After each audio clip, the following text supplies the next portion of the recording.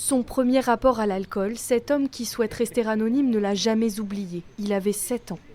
Le mal-être dans lequel j'étais depuis que j'étais né, il a été anesthésié immédiatement par la consommation des fonds de flûte de champagne que j'avais bu à la maison en cachette. L'alcool est devenu dans sa vie un combat. Il y a 29 ans, il a rejoint un groupe de parole des alcooliques anonymes et il n'a plus jamais sombré. Je buvais du matin au soir, mais dans ma tête, je n'étais pas alcoolique parce que j'avais une vision de l'alcoolique qui était plutôt la vision de quelqu'un qui était dans le caniveau. Voilà. Et quand je suis venu chez les âges, je me suis assis, j'ai entendu les personnes qui parlaient et j'ai dit mais elles sont en train de parler de moi. Bonjour les amis, je suis alcoolique et abstinente. Au Pays Basque, les réunions des alcooliques anonymes ont lieu 4 fois par semaine. Parler pour se libérer, pour la plupart c'est ce qui les a sauvés. Dans l'alcool, j'ai tout perdu.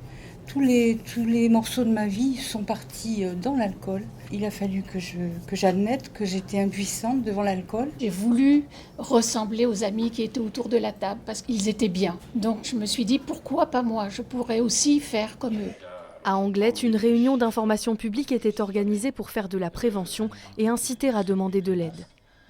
La plus grosse étape, c'est de comprendre, d'admettre et d'accepter que l'alcool est plus fort que lui. Les alcooliques en particulier ont beaucoup de volonté pour consommer. Donc il suffit de mobiliser 50% de cette énergie de volonté pour s'en sortir. Cette convention des alcooliques anonymes se tiendra jusqu'à dimanche à la Maison pour tous d'Anglet.